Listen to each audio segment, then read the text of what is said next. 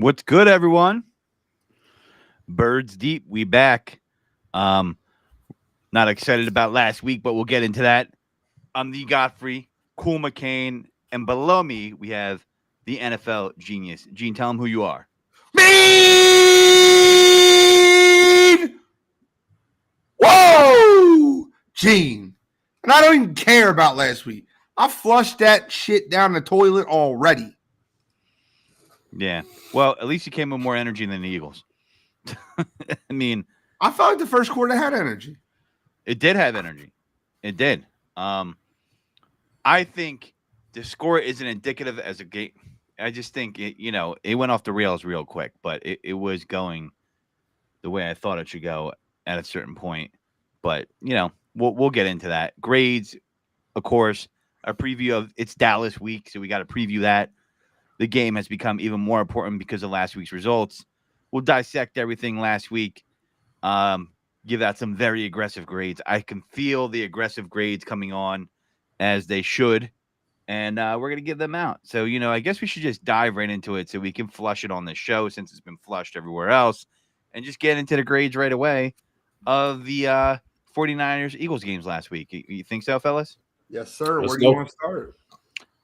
Let's start with the defense. Let's just get to the meat and potatoes. Can I go first? Absolutely. F minus. The worst performance I've ever seen a Philadelphia Eagles defense put out since Jameis Winston went nuts back in 2016, was it? When he just couldn't be stopped up and down the field. F minus. He allowed 6 straight touchdown drives. Nicholas Morrow looked like Levon Kirkland. They were terrible. And by the way, I got a little slander from my man Slay. I love Slay. You better watch who you talk to. Seth Joyner ain't the one. Don't get into it with Seth. Seth is dead right. The whole city's going to have his back. Easiest way to make an enemy in this city is to take a shot at Seth. Seth was 100% correct. Those cornerbacks didn't look like they wanted to tackle. Nicholas Morrow looked lost. Christian Ellis, good riddance. Yeah, I got a lot to say about the defense. And the funny thing is this, right? There's 2 guys that look like they brought their lunch pails to go play defense on Sunday. One was James Bradbury, all the trash that got talked about him, not a pass completed on his side. And the other was Hassan Reddick. Trent Williams absolutely bullied Jalen Carter and Sweat, Josh Sweat. They got bullied on the left side of that line. Yeah, F minus. And Rob, I don't want to hear about how about your Niners. You're still in second place, you clown. I guess they won the championship that week. That's their championship. They're so happy. They won the regular season game. So the 49ers have won their Super Bowl. They won their Super Bowl in week 12. Congratulations. Can we give them like a hand clap or something? For the rest of us, the season continues on because you have to get to the playoffs, win playoff games, do the things that the 49ers haven't done to get to the Super Bowl yet. And they may, but you haven't done it yet. But go ahead and celebrate like you have. Please do so. You're going to give them the Mercury Morris quote? Talk to me when you get on my street. Hey, man, they're on our street. They're on our street right now. Yeah, we don't got to give them none of that. I mean, they're gonna run around and puff their checks out and chirp and all that good stuff. That's all good, man. You win a game and you don't really feel like you should win. That's how you do, right? We beat the Chiefs. Did you see us come up here and do all the chirping? No, because it's a regular season game. We understand the difference. We understand the difference. Well, Nicky Tight Pants is a whole different story.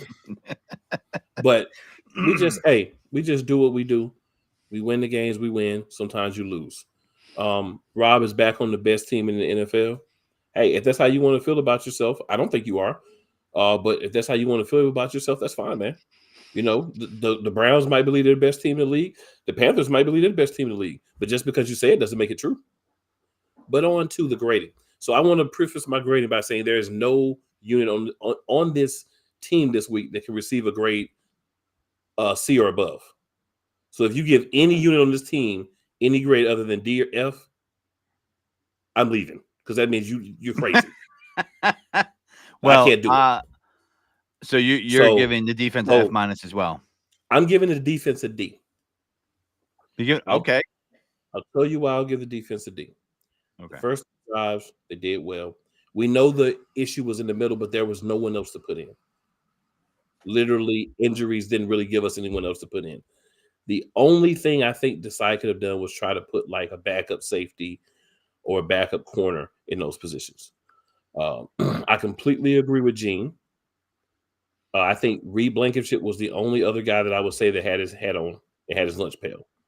A lot of those guys did not come out there ready to hit, ready to tackle, ready to be aggressive against a team that's been chirping at you for months. So I know some of you weren't part of the team last year, but you've been part of this team long enough to hear them chirping. Oh yeah. I'm going to put some of the blame on the fact that 3 throws, 3 and out. 3 throws, 3 and out. 3 throws, 3 and out. But we will get to that. But I'm going to give them a D. You want to give them an F. I'm not going to fight you. I'm not going to argue you that they should have a different grade. I'm just going to say I'm giving them a D. Yeah, I'm gonna go with Gene on this. I'm an F minus, and the reason is, although the injuries is part of it, I think that comes down to honest self-evaluation of your team's abilities and game planning for such. Now, you might not be able to overcome that, but you knew they were going to try to run it down your throat with Debo, get some plays where you put them in space, and they went directly in that direction. They knew that they were putting a guy in that was demoted to special teams in the beginning of the season, okay? And Ellis. And Morrow, he is what it is. There is the injury to Zach Cunningham. Nakobe Dean's hurt too. Bet you everybody misses Nakobe Dean a lot more now. So, I would rather had him and Zach Cunningham out there. That's for sure. And they knew that they had to know that was going to be their game plan coming in. And they were aggressive at first. They had a couple good series and then they adjusted, but we didn't seem to adjust. So I do understand the lack of personnel, but I don't know, correct me if I'm wrong here, fellas, but Eli Ricks was in the slot a lot as well. Eli Ricks got absolutely abused. Nicholas Morrow got abused. Yeah. Kyle Shanahan put on a master class on how to attack players anytime he wanted to. He attacked Eli Ricks and Nicholas Morrow all across the field. He stayed away from Slay and Bradbury. Slay had a couple catches he allowed on the sideline, but he was there. Particularly the 3rd and 5 when the Eagles made it 21-13 was the biggest one. But Jawan Jennings absolutely torched Eli Ricks in the slot. Well, that's why the F minus is concreted for me, because to make Purdy uncomfortable, you want to move him off a spot. And you also take him away from his comfort zone, which is throwing over the middle, short passes over the middle, slant routes, throws to receivers coming in the backfield in motion. And they didn't do that. He was completely allowed to stay in his comfort zone. And, I'm just like, what you thought they would do offensively is exactly what they did, and they imposed their will on them. And I know you were injured, but I just feel like sometimes this team has guys that they have on the team and they put too much faith in them because they're trying to be positive, and they don't really recognize them for what they are. And that goes on both sides of the ball, right? We could talk about that on offense. I think that happens on defense. I don't know, man. Did I see Kevin Byard come up to the line a little bit closer? No, Kittle didn't have a big game, but he did definitely have a very impactful game. Godfrey. They run basic vanilla zone 75% of their plays. And basic vanilla zone will work if you're getting pressure on the quarterback every single play. But they weren't. They got pressure in the first quarter, and then the legs got tired. And 49ers they didn't adjust. They should have known that at halftime, though. That's what I'm saying. Like, why wouldn't you adjust at halftime? If you see the zone isn't working, you don't need another quarter and a half to figure that out. And I just feel like there's not a unless they're saying like, hey, we can't adjust because we don't have the personnel. We're going to have to stick with the plan. Bro, I'm tired of hearing the personnel thing. There's too. So many teams in the NFL that have less of a personnel than what the Eagles put out there every single week. Everybody has holes on their defense. And the defensive coordinator's job is to schematically scheme away from the holes. Yep. Sean Desai has not done that. I'm tired of giving him a pass. He stinks. I'm tired of it. I agree. F minus. I do not agree. When your hole is in the middle of the field and you don't have people that you can go get to plug it up, what are you scheming from? And let's also not forget, Jalen Carter and Jordan Davis produce nothing at this point. So you're not getting pressure from half the line. You got Reddick doing his thing on one side, but you're not getting anything really from anybody else. What is he going to do about the line? What is he going to scheme differently for the line? So that's my thing. That's my thing. I would have ran nickel double A, nickel double mug, and blitz them and blitz them and blitz them and blitz them and blitz them and blitz them. I would have not allowed CMC to get off the line of scrimmage. I would have made Brock Purdy throw over the top of Darius Slay, James Bradbury. I would have not allowed them to. I would have used Reed Blankenship, and I would have used Kevin Byard to be able to. God, so what? I'm listening. So you want to have Brandon Ayuk and Deebo Samuel go one-on-one with James Bradbury and Darius Slay? Absolutely. I would rather have that. I have nothing else to say. That's fine. I would rather have that than them having Nicholas Morrow getting torched by George Kittle. I mean, at least try it for a couple series. I mean, what would have happened? They would have scored less points. You know what I mean? Like, at least try it. 6 touchdown drives. That's what I'm saying. Like, they're at least try it at that point. You needed to get a stop desperately. Cool. What I just heard from you was, well, we didn't have the personnel, so might as well not even try anything new. I said, what would you want them to do? The guys that we depend on, and I completely disagree with putting 2 aging cornerbacks who don't have the speed that they used to have one-on-one against 2 young, fast receivers. I completely disagree with that. Yeah, but Ayuk, like, listen, if you can bait Purdy and going to the outside, that's more of an advantage to the defense there. I'm with Gene on that. Like, because the thing is the defense completely going to look like that and crumble just because Zach Cunningham is out? That can't be possible. And I know they're not what they used to be, but they're not dust. We're not talking about like the bottom rated cornerbacks in the league here. The quarterback still has to make the throws. The receiver still has to run the route. Deebo, he had so much space. He could have parked the bus. I mean, that end around was embarrassing. Like, I'm just like miffed how it just felt like, all right, well, this is what it was. And it felt like at a certain point, they weren't necessarily giving up, but they weren't really trying anything else. And I just don't. Sometimes I don't know. This coaching staff just seems asleep sometimes. Okay. Well, we got to move on. What's the next one? So I'll let you guys pick. You want to go Jalen Hurts, or you want to go offense? It's my man, Rob. You're 20th in the league in grammar out of 21 people. So knock it off. Go with who? You want to go with the head coach and offense grade, Sirianni, or you want to go with Jalen Hurts? You pick. We'll go Hurts. C-. Nobody on the team deserves anything C or above. D. Well, I gave Jalen a C- because they scored 19 points against San Francisco's defense. I feel like that the play calling in the red zone was terrible. Once again, by Brian Johnson. I don't blame that on him. He drove them down the field for 2 field goals and 2 touchdown drives. I feel like 21 points is what you need to get to be able to have a chance to win the game. They got the 19. Obviously, neither one of those numbers were close. I can't give him an F. I don't think it was a D performance. He didn't turn the ball over at an alarming rate. So I gave him a C-. Yeah, I'm going to go D+. I'm going to compromise there between this standard. And the reason is I don't think he played a bad game necessarily, but I don't think it's going to show up on a stat sheet. And I don't know if this is the coaching. I don't know if this is Jalen. Maybe I missed the report during the week. But the play that I keep thinking about specifically is where he's waving A.J. Brown, as they said on the broadcast, and then he's in the backfield and he trips. My thing is they're driving the ball and they gave that drive away. 3 points felt like a defeat. He could have ran. He could have picked up some yardage. There's so many other things that could have happened on that play. And I really think sometimes that this coaching staff, being as young as they are, they want to put their stamp on things, right? And then I don't know if that, influences the player. And Jalen, I know they have trust for him, but if they have trust for Jalen and that was his decision, I totally have to go down to a D because that is a bad decision.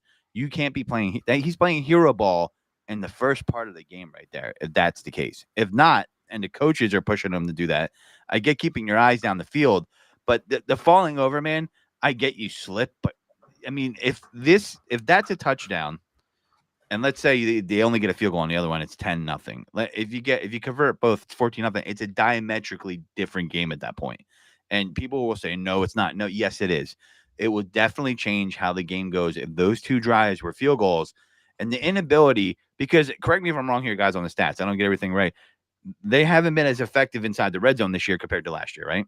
Like Well, they inside were the very 20. effective in the last 3 games. I think they were 13 for the last 13 before that So game. why not get into the red zone and get in there? It just seems like they're trying to do more than they have to do. You know, they were driving on them. They were having success over the middle, throwing it to AJ Brown, right? And they weren't. I mean, early on, they were moving the ball. So it just seems like on those were backbreakers. So like when you're playing a team that's going to be evenly matched, you can't be giving up that 4 points. You can't be settling for field goals because it will change the pace of the game. CJ's made 2 of the points that I was going to make. You need to have 10 to 14 points from those first 2 drives. And there's this thing called running the ball. And why do I say that when I'm talking about Jalen Hurts? Who has the power to audible? Who has the ability to say, this sucks, I'm not doing this, we're not running the ball enough, let's throw some run plays in there? Who can audible to a run play? Jalen. And he's not doing it. So guess what? Right. You get a D with everybody else until you start manning up and grow a sack and do what needs to be done. He was waving him for it felt like for 10 seconds on that play. I'm like, what the fuck? Like, you know, I just was really disappointed in that decision. And that's why I got to go to D. I mean, that specific thing right there. Because listen, there are other things, and you could audible in the run. And remember what I said last week. You know me, I would prefer them to run, but I knew they were going to come out passing. And they were. And it was working if they scored a touchdown. But it doesn't mean you only pass, right? You need to run as well. And I don't understand. I feel like running in the red zone is going to be more effective, you know, especially if you have them on their heels and you're passing. It just feels like there's not a good mix of the play calling and there's no balance there, right? I don't need a 50-50 split, but I don't also need an 80-20 split either. I said what I said. I'm so sick. I can't wait to flush this toilet over playing these bums that think they're like on top of the world and they have 3 losses.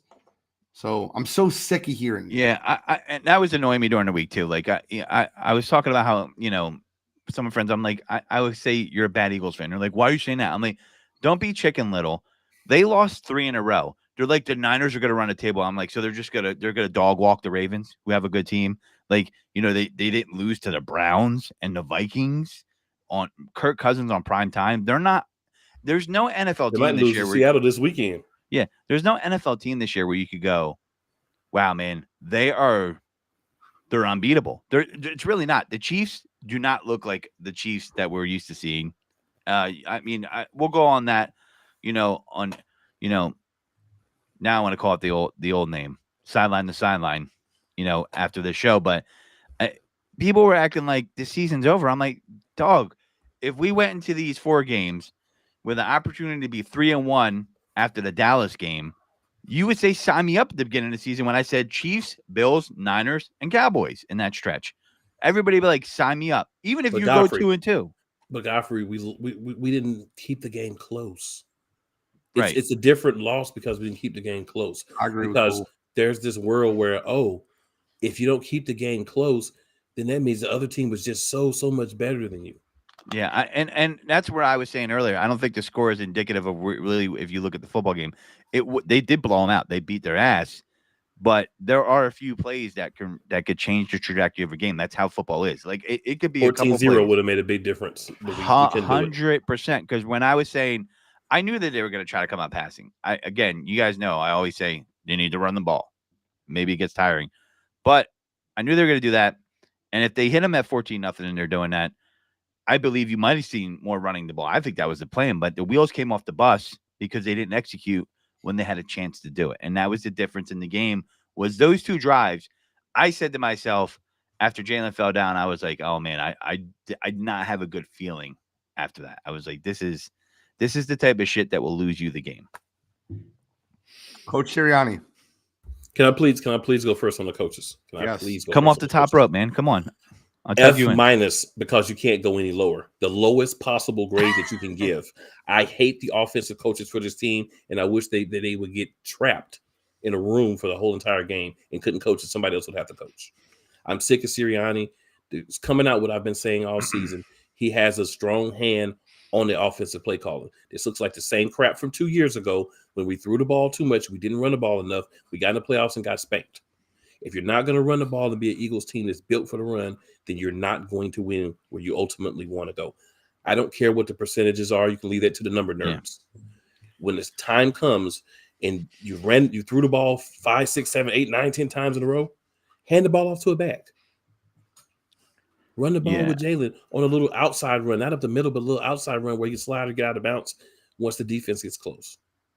Yeah. Oh, and the main reason why I want to give you an F minus, I want to leave you guys some material to discuss as well. The main reason why I want to give them an F minus, the game was out of reach and you still got Jalen Hurts out there, and he already came back from almost getting a concussion. What kind of idiots are you?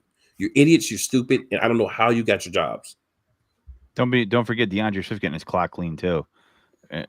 Like what, 2 minutes and 34 seconds left, something crazy like that. Yeah, I mean, I'll go next. F minus as well. I like following. I guess it's called X now, but I like following Brian Baldinger. He likes to break down the offensive line, and one thing he was showing is, I don't know if this made a difference overall, but I think it would have made a difference. We missed Dallas Goedert on blocking, right? And he was showing Jack Stoll getting blown off the ball, guards getting blown off the ball trying to run the ball, and they still should have did it. I'm not saying they shouldn't run the ball, and that's the excuse not to, but I'm disappointed in Nick Sirianni scheming for the personnel that he has. Jack Stoll isn't as good as Dallas Goedert, especially when it comes to run blocking. It's the truth. I think they were hoping they would get more out of Olagunwe, and they're not. But they needed people in there to block, and Goddard's that much better of a blocker than all the tight ends. Okay, it's the truth. And if you look on the film, you see it, right? And they were blowing them up. They just weren't getting the push that they needed to get. And I am disappointed in Nick Sirianni and the coaching staff from an offensive perspective of how they schemed for the players that they had available. And that's part of it. The blocking scheme. I don't understand how you weren't giving them enough reps, so we didn't run the ball enough. And then, if you are going to run the ball, are you going to run on your weaker side? I don't know, man. I just didn't. I didn't feel it at all. They felt lost. It almost felt like they were a one-trick pony. And then once their game plan was blown up, they were like, "What do we do? What do we do?" I don't know. It's an F minus. I give them an F also. I can't stand the way this team looked. They looked flat. They looked terrible. The snap counts were hilarious when you look at them. Eli Ricks was only on the field for 5 snaps. It felt like he got beat on all 5 of them. He looked terrible. Did you know that? He was only on the field for 5 snaps. I felt snaps. I was having nightmares of Eli Ricks and number 53, Ellis and Morrow. I think I must have been saying it in my sleep. Yeah, Ellis was bad. Nicholas Morrow was another level bad. Nicholas Morrow was the worst linebacker I've ever seen in my life in that game. He was lost. He was on Howie needs to get It was almost like if he was playing on an ice rink and everybody else was playing on cement.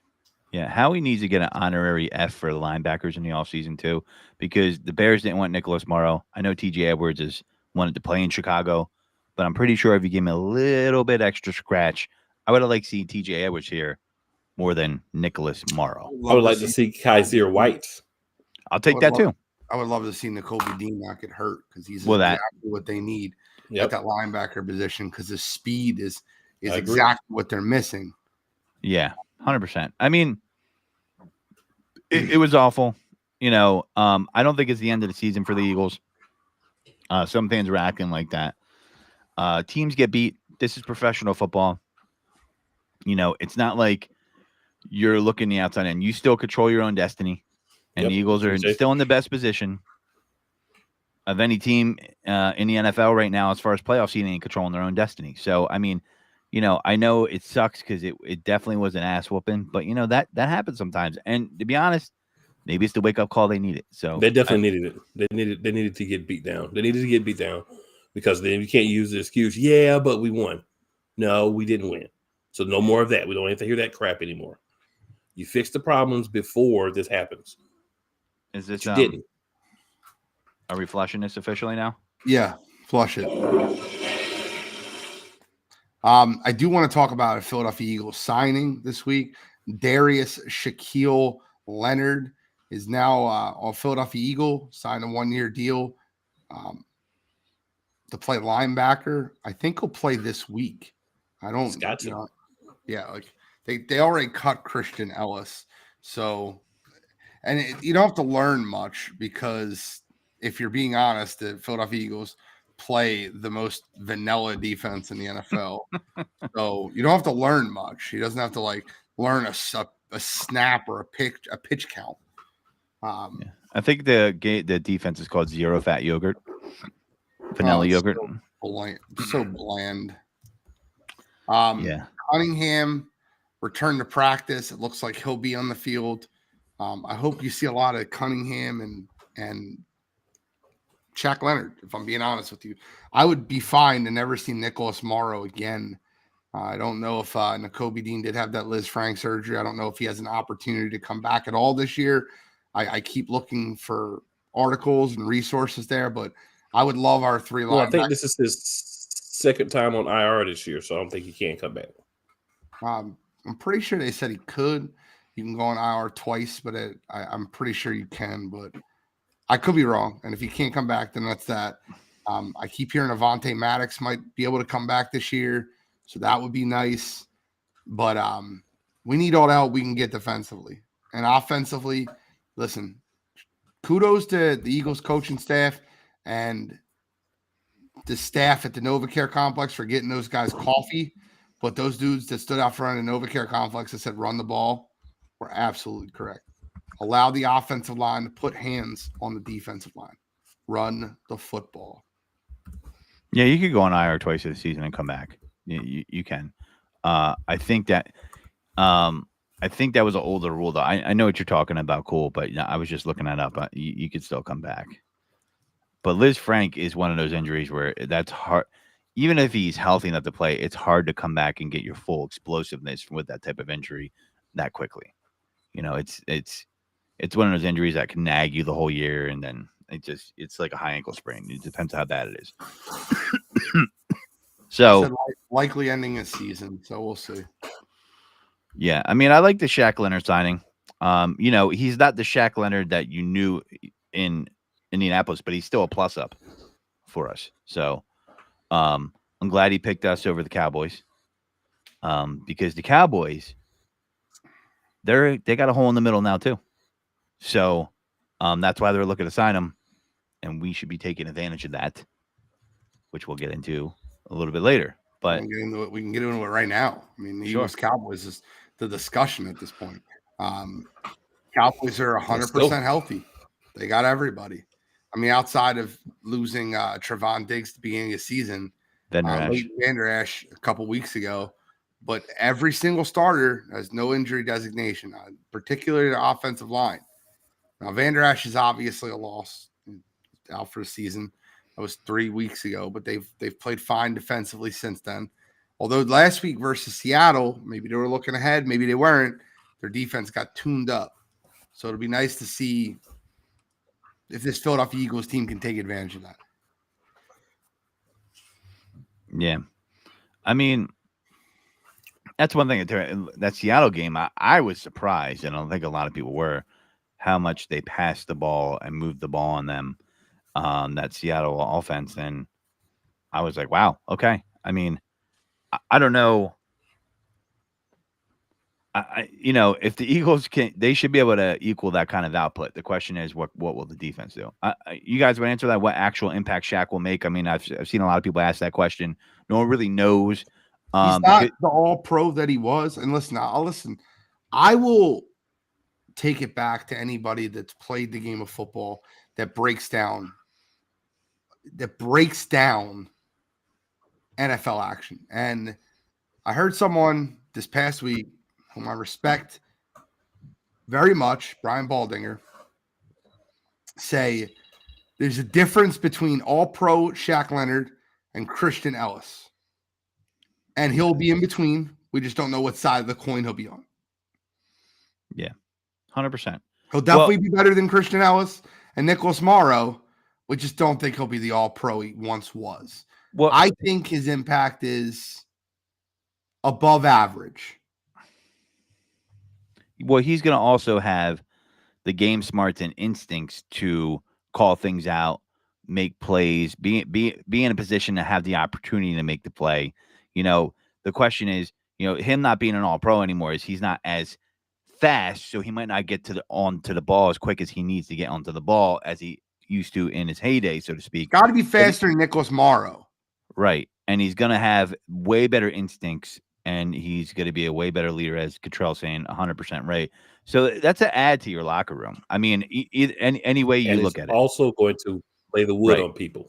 The wood will be laid by him, which is something that we have a problem with doing, laying the wood on the other team. He will lay the wood. Yeah. 100%. It's a plus up. I mean, that's why they're doing it. And, you know, I know defense, there's some, I need to see more from my D-line. Josh Sweat's got to stop getting offsides. Like, he's becoming Mr. Offsides. You know, I just got to see more from Josh Sweat in that department. That was a killer offsides penalty against the 49ers. That's a field goal instead of a touchdown, I believe, at that point. So, killer. I'm curious to see if we get anything out of Ben Van Sumeren this week. I mean, is the bar high? He's a linebacker. Are they going to put him in the game over Nicholas really, Morrow? Is the question. Will he move up the depth chart and get more opportunities on the field? You know, because it's going to go. At least got to give him a shot. Shaq Leonard. I mean, you at least got to give him some plays or something. I mean, it can't be any worse. And I also want to say, well, he's definitely playing when I special look teams. at the roster, I see Josh Joby, or Job, however you want to say it, back as the backup left cornerback. Why are we doing that? Why is that a thing? I mean, seriously, for me, why is Quez Watkins and Josh Job on the roster? Put them on the practice squad. Yeah, Quez showed up this week. Come on, man. That's your boy. I mean, Quez showed up when the game didn't matter. Cottrell said it perfectly. Can't let Eli Ricks run one-on-one on CeeDee Lamb in the slot. They better have a better game plan for him this time than they did last time. They did not have a great game plan for CeeDee Lamb last time they played. They did not have a good game plan for Jake Ferguson last time they played. They better have a better game plan on that carpet than they did on our home field the last time we played. Would he have 11 for 188 the last time we played? Can't have that happen. So here's the thing, though. Like, are we really going to expect this team to get that much better? Right? No. What quarterback has not had a great game against the Eagles, statistically speaking, besides Mahomes with all the drops? Statistically, they're going to give up a lot of yards. That's what we do. That's why we're a bottom passing defense in the league. It is what it is. I mean, there's no way to come out and save us. There's nobody we're going to get. There's no scheme, in my opinion, that's going to boost it all the way up. You can make it a little bit better. You could try to run a little bit more variance in your defenses. You could try to make it a little bit better. But at the end of the day, you're going to have sets where you're going to have people that can be exploited. And when they're out there, they're going to be exploited. And that's going to be the problem. The offense has got to do their thing and actually run the ball, actually get touchdowns, actually put points on the board. That's what the team needs. The defense is what it is. The offense has to step up. If the offense is garbage with the way the defense is playing, we're not going to win. Yeah, well, I mean, listen, I know everybody was high on this guy because he broke the record for pick sixes, DeRon Bland, but he got absolutely cooked last week in Seattle. And when you're watching that game, they went after him. They went right after him. And DK Metcalf had a feast. AJ Brown could have a feast too. So, I mean, if that's who they put on him, you know, their defense can be had. Van Der Esch is an important piece of that defense. You know, it's not the make all, but I mean, I'm watching them run the ball. They're throwing screens on the outside. Seattle moved the ball pretty at will on them. Okay, and that's not an overpowering offense. And I was miffed. I mean, I would be willing to say most people were picking the Cowboys to win that game by a lot more than they actually did. You can't tell me that people were expecting 70 points in that game. Okay. No, if you're a liar. I want to see the proof that you put it somewhere on social media that you could have thought 70 points is going to happen. So, point of me bringing it up is their defense could be had, and I hear you on what you're saying. Cool, I agree 100%. That it is what it is. I wanted to answer Damian Hernandez's question. He said, should the Eagles sign Hurts for the game because with Goddard out? Well, Goddard should be playing. Goddard's playing. Yeah. So, and the thing about Hurts is, I think that'd be more of an emotional sign. I don't know how much he has left. I don't know where he's rated as a blocker. Maybe worse than your boy Alberto. Did you watch that? Yeah. He could block. Did you watch that bum, Alberto? He's got more left than they finally gave him snaps. He outsnapped every tight end, and he was the worst guy on the field. I mean, do you think they should sign Hurts? Yeah. I'd take Hurts. Cut Alberto. Get Grant the hell out of there. You can go Goddard. I don't even know why we haven't signed him yet. Well, I think that's the telling thing because I think he hasn't been signed by anybody because I don't know how much he has left in the tank. I mean, that's the truth of the matter. I mean, he can't have less than Alberto. I hear you on that. I'm not going to fight you on that. I'm just saying, I would ask the same question, but there has to be a reason why nobody has brought him in. Hey, Damon, I just want to respond to you. 216, a touchdown, interception, and a 72% completion percentage. That's a good statistical game. I don't think that's good. 216, one touchdown, one pick. I don't care. 72% so completion percentage. The ball 3 yards. They dropped the ball like 4 times on top of that, like wide open plays. So let's not discount those things. Yes, Tyreek Hill dropped multiple. He dropped the one, he kicked it, but I don't remember him dropping more. No, he dropped another one. He dropped one in the end zone. He dropped one in the field of play. So let's not act like there weren't a couple of big plays that were dropped as well in that game. Look, I'm just tired of the excuses that are made for the defense. It's not that I'm making excuses. It's that I'm saying it's a two sides of the game. We already understand that this is a low middle defense. Yeah, but what's the reason that they're a low middle defense, Cool? And if you say personnel, I'm going to lose my mind. It's not personnel. Lose your mind. It's not. The defense has a bland scheme. You can schematically. First of all, let me tell you something right now. When Rex Ryan took over the New York Jets in 2007 or 2006, they had one of the worst defensive personnels, and within a year, they were one of the best defenses in football because you haven't lost your mind yet. What? Well, a scheme can make your defense. I only said it so you lose your mind. A scheme can make your defense. You can't play bland, vanilla, cover 2, cover 3 defense, and the offense knows exactly where the zones are, and they pick them apart the entire game. Watch the Eagles defense. They run the same dropbacks. They're playing zone 70% of the time. It's embarrassing. Do you feel like you're having deja vu from last year? But you didn't lose your mind, Gene. I thought you were going to lose your mind. I mean, listen. All this said is I mean, aren't these discussions it's the scheme. Similar? It's the scheme. It's seriously the scheme. It's the scheme. But the thing, the point I'm making is, and I resigned myself to the same thing last year. We're going to make some plays because of the players that are on the team, but the scheme is not good. So there's going to be a lot of times where we're going to give up points because the scheme is not good. We understand the scheme is not good. You want to fire the coordinator and get another coordinator in here, whatever. Right? At this point, I don't care. You can fire both coordinators and head coach, and I wouldn't be mad. But if they're there, this is what we got. Defensively. I don't think with the weapons that we have offensively.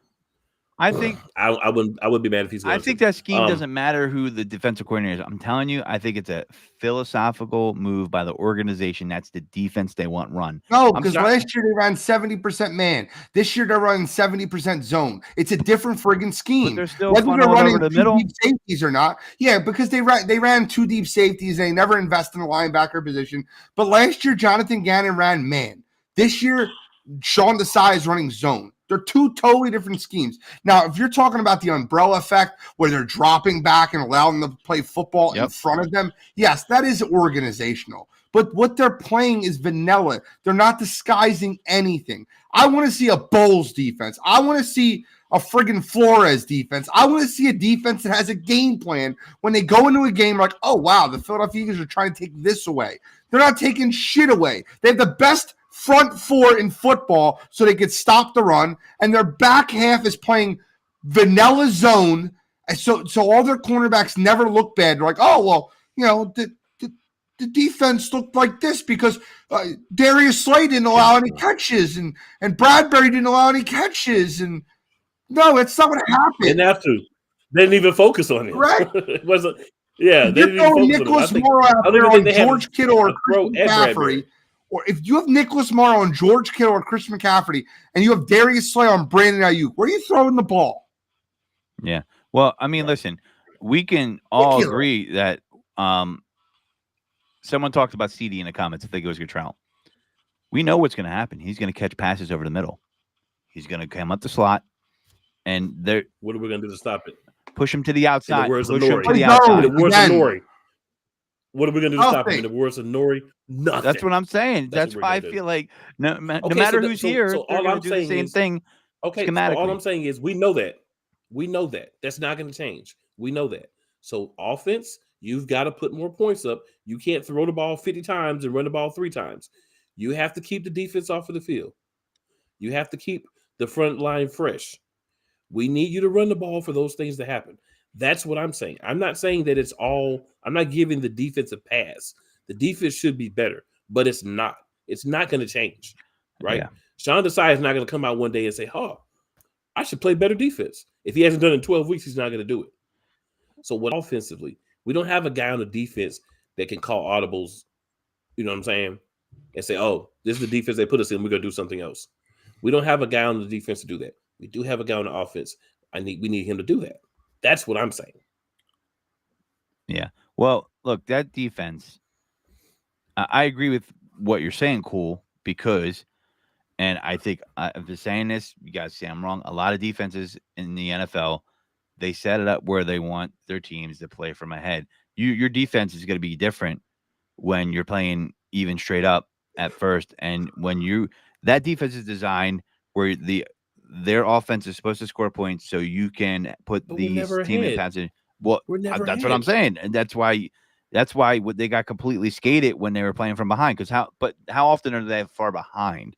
How often do you see that where they're not within striking distance? We haven't seen that a lot this year.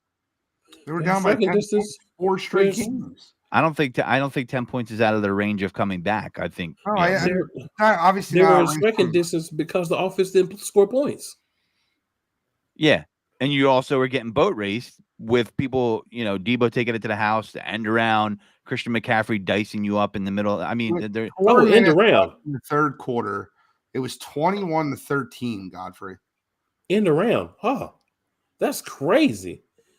I mean, if you wanted to use Quez Watkins anywhere, why don't you hand the ball and tell him to run around the end and run out of bounds so somebody gets close to him? No, I don't want to see him on the end of anything. That's what I say. End around. All the way around the outside. When somebody gets close, then you run out of bounds. Why not use it? If you want to use them like that. I would rather use Zacchaeus in that role. Me too. I mean, I would rather use Zacchaeus, but I would rather use Boston Scott in the backfield over Don't Gainwell. But Nick Sirianni doesn't care what I want. Zacchaeus has already eclipsed Watkins with important catches with that catch against Buffalo, looking at Quez Watkins' whole career. Zacchaeus caught a better player overall early in the season, and that eclipsed what Quez Watkins has done. Yeah, Quez Watkins is one of those guys where Julio Jones has meant more to this team this year than Quez Watkins, and he has one speed, and that's about 20%. There's just some guys that are organizational favorites, and I fully believe Quez Watkins is one of those guys. He's clearly an organizational favorite, but I don't think he's not a player favorite. Nah. He's not a fan favorite. Oh, God, stop it, Guttrell. And around the Julio, like 9 years ago, he'll need to call an Uber to get there. Stop it. Come on now. That's an automatic loss of 10 yards. And Guttrell says Jim Schwartz, baby. I'm like, listen, a lot of defensive coordinators will look really good with Myles Garrett on that offensive line playing like a monster. So Jim Schwartz has had his days too. Jim Schwartz and Nicky Tight Pants, you can't put them on the field together because all you get is two guys about to pass out every time something great or bad happens for their Jim Schwartz has done a hell of a job in Cleveland. He also Yeah. did a hell of a particular job in unit. Philadelphia. He also did a hell of a job in Philadelphia's first season. Yeah. I feel like that Jim Schwartz is a very good defensive coordinator, but it's a very, very average defensive scheme. He plays press man.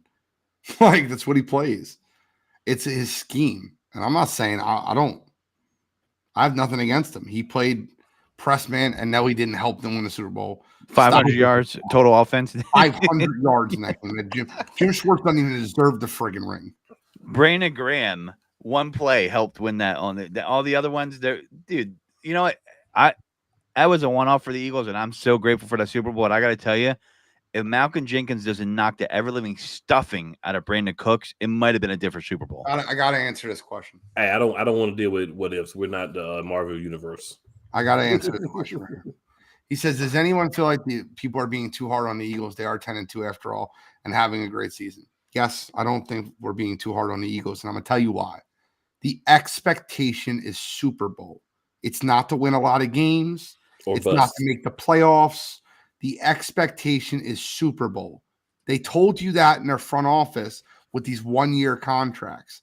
And I don't feel bad for the Jets. I don't feel bad for anybody else in the NFL. I feel our loss for Jets was bad, but a freak occurrence. I'm sorry, I read that wrong. But I don't feel that the Eagles were being too hard on the Philadelphia Eagles.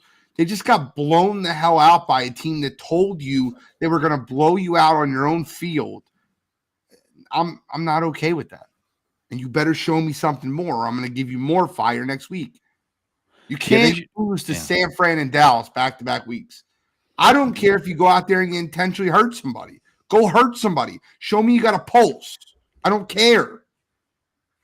Yeah, that I feel like, and listen, I'm not going to make excuses for the Eagles either but this, like you said last week, Gene, the schedule makers have done them no favors. And I definitely think whether they want to admit it or not, the snap count from the week before took a toll on them. You still shouldn't have been that far apart. Godfrey, the schedule makers didn't do the Eagles a favor. That sucks. The Niners having 10 days rest and the Eagles having all those snaps versus Buffalo. That sucks. The fact that we were missing our starting middle linebacker and backup middle linebacker, that sucks. Do you know what, dude? I don't care.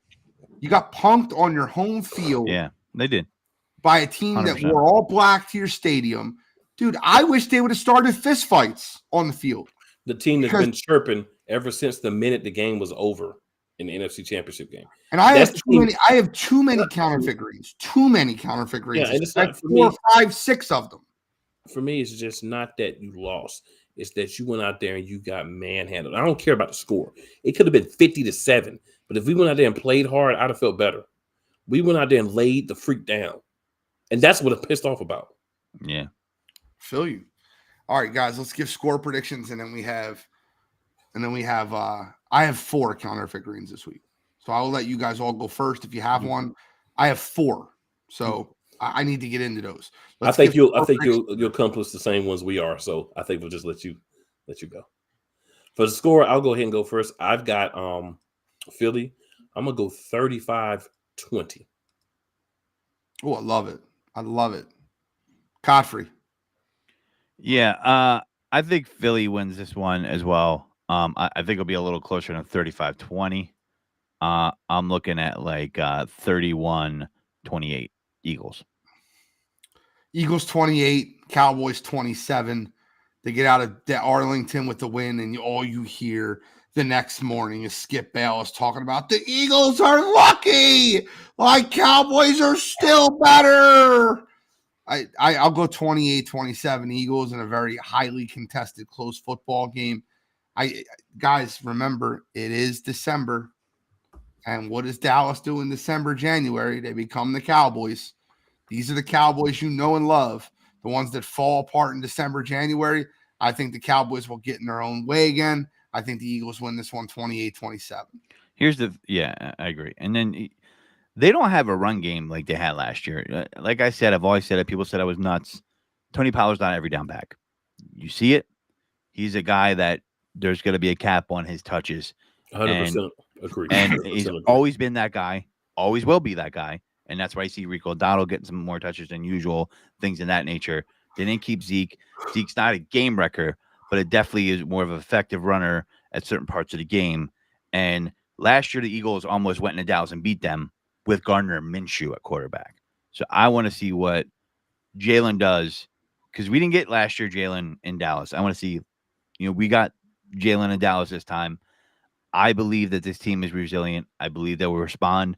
I do like what I hear the players saying afterwards, their attitude, correcting things. And this is where strong leadership comes in a team that has veterans like a Kelsey, a Lane Johnson, a Brandon Graham, and they're going to be ready. Best believe this will not be like it was last week. This team, they're pissed. They know they shit the bed. They know they shit the bed. It's week 13. I don't care what you say. Show me what you do.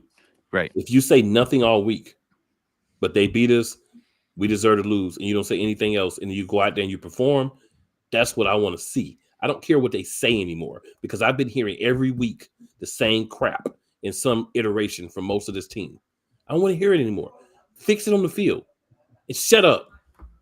I don't think that the answer of Bruce Harper, I don't think Desai should be fired. I mean, I'm not happy with the results, but my thing is if you fire him, what's up next? What's the solution? I think when you start just firing people after a bad loss to an organization, you're a bad organization. That's not stability. Stability doesn't breed long-term success. Michael, we go live every Thursday night, 6 p.m. Eastern Standard Time to 7 p.m. Eastern Standard Time. If you want to know when we go live, just like and subscribe to either Birds Deep's page on Facebook or Wire to Wire's page on Facebook. It'll notify you immediately when we go live. I appreciate your comment. Do you have a counterfeit green this week, my friend? It's more not, we didn't talk about it, but it's more about, I mean, counterfeit green is, I would have liked to believe it, but I saw people online during the game thinking the Eagles were going to make a comeback after the Dom incident. I get thinking it's a momentum swing, but Dom doesn't play on the field. So, and especially after, they scored that touchdown, then the Niners just come right back down the field. You're like, wow. So that was not a momentum swing. That would be my counterfeit green. I can't believe we didn't bring the big Dom up. What? I am. It's one of my 4 counterfeit greens. Does he get a grade, by the way? No. All right. I was going to give him a C-, but anyway, that's my counterfeit green. But first counterfeit green is the way that the 49ers behaved and acted. It looked like a bunch of petulant children winning their Super Bowl. Kyle Shanahan blowing up when his linebacker took a swipe at Big Dom. Big Dom's doing what he's supposed to do and breaking up a fight on the sideline. I'm good with what Big Dom did. I think that it's ridiculous that Drake Greenlaw put his hands on him and put his hand in his face when Dom is just slowly pushing him away. Come on, bro. You're an NFL football player. You can handle a guy pushing you away a little bit, number one. Number two, let's be very clear when we say this. Stephen A. Smith is an absolute joke right now. He had the Philadelphia Eagles 4th on his power rankings. Need I remind you, stupid, that we have the best record in football. You had Dallas at number 2 when we beat Dallas already, and we still have a better record than them. Number 3 are the morons that don't understand how seeding works. By the way, just so you're clear, if the Eagles lose Sunday and both teams win out, you realize the Cowboys aren't in first place, right? Because that's not how standings work, stupid. If they tie in standings, it goes to conference record. And if their conference record, the Eagles have 2 losses in conference, which would be San Fran and Dallas, and the Cowboys would have 3 losses in conference, which would be San Fran, Philadelphia, and Arizona. So that's an absolute joke. Now, if the Cowboys are ahead of them for 1 week on the standings, it's because due to common opponents played. But after the Philadelphia Eagles beat the Arizona Cardinals, like everybody knows they will, the common opponents played will be even, and it will go to the conference record, which the Eagles will win. That's not going to matter because the Philadelphia Eagles are going to win this game. It just baffles me how stupid people are and don't understand how standings work. Yeah, 100%. I got another one, an even bigger one. David Carr, you moron. Oh, you must have been sacked and dropped on your head way too many friggin' times for you to say that Marcus Mariota should be the Eagles QB1, and the Eagles need to start thinking long-term that Marcus Mariota would be a better quarterback to win than Jalen Hurts. Are you out of your mind? Are you just mad because you always stunk and broke a record for most times being sacked in a season? Now, this isn't the first time David Carr has gotten on and said Jalen Hurts can't read the defense and he doesn't throw the ball well. David, just say that you stink and that you're jealous of that he has attributes that you'll never have, you loser. So David Carr needs to go be fired because I don't know how some of the people I get to talk sports with every single week, including the two gentlemen above me, don't have jobs over that buffoon. Because why? He was a number 1 draft pick one time, and he was one of the biggest busts in NFL history. So screw you, David Carr, and your brother Derek. I'll root against Derek now because you're an idiot. Yeah, and Jalen Hurts definitely could throw the ball better than Derek. I just want to say that David is also mad because Derek has had a better career than him. I commented on that video, one of them on TikTok, and I said he needs to go talk to his brother about what a good quarterbacking looks like. And you inspired an impromptu counter victory there, Gene. And this deals with Stephen A. and it deals with Derek Carr. I'm tired of national media members trying to troll Eagles fans for effect because they know they'll get a reaction from a passionate fan base. And that take is so idiotic. He can't really believe that. It's WWE like he can't really believe that. Anybody that's looked at any tape and look at Marcus Mariota knows that there's not even a chance that Marcus Mariota is going to be able to hold a candle to what Jalen Hurts can do. But the Derek defense Carr has had like 1 billion concussions, so I don't care. He may not even know which one is which. He might think Marcus Mariota is Jalen Hurts and Jalen Hurts is Marcus Mariota. We don't even know. I don't care if he was the sparring partner for Clubber Lang in Rocky III, and has one good eye. He should be able to see that there's a huge gap between the talent of the two quarterbacks, especially number 3 for MVP on the season. Yeah. They had the best record in football. They just set a record for most games won in a row versus teams above 500. People, I have a is he on ESPN or NFL? I've got a quick counterfeit green, guys. Shoot. So mine real quick is counterfeit green to all the Eagles fans who's been running around talking about we need to throw the ball more and not run the ball as much. Yeah. Cool. Shut up. Shut up. You were proven wrong this week. If you say it again and I see I'm going to slap you. Yeah, they definitely have to run the ball. That's their bread and butter. National broadcasters, David Carr's on NFL, right? NFL Network, if I'm not mistaken. Who cares? I don't know because when I see David Carr, I turn the channel because I don't care what he has to say. This is why ESPN and I don't even watch shows with Skip Bayless on there because they're just hot take shows. They're just for reaction and effect. I can't stand sports broadcasters like that because it's not real talk. They're trying to get a rise out of you, and it drives me nuts. And they do it with Eagles fans all the time. They do it for effect. So they love underrating us because they know that we're gonna be like, you're full of shit, and we'll call them out. And I love that about the city and this fan base, but it's unoriginal, and you should be better than that. Being a former player on how to talk football, you should be able to get a genuine reaction from an honest analysis, like a Brian Baldinger and people like that. Those are people that are about ball, not about getting clicks. All right, well, that's all we got for this week. Appreciate you guys tuning in. If you want to know where we'll be next week, we'll be back here 6 p.m. Eastern Standard Time. Rain nor sleet nor shine, we will be here. So the Godfrey, Cool McCain, Eagles Elite Podcast. It was a good one last night too, by the way.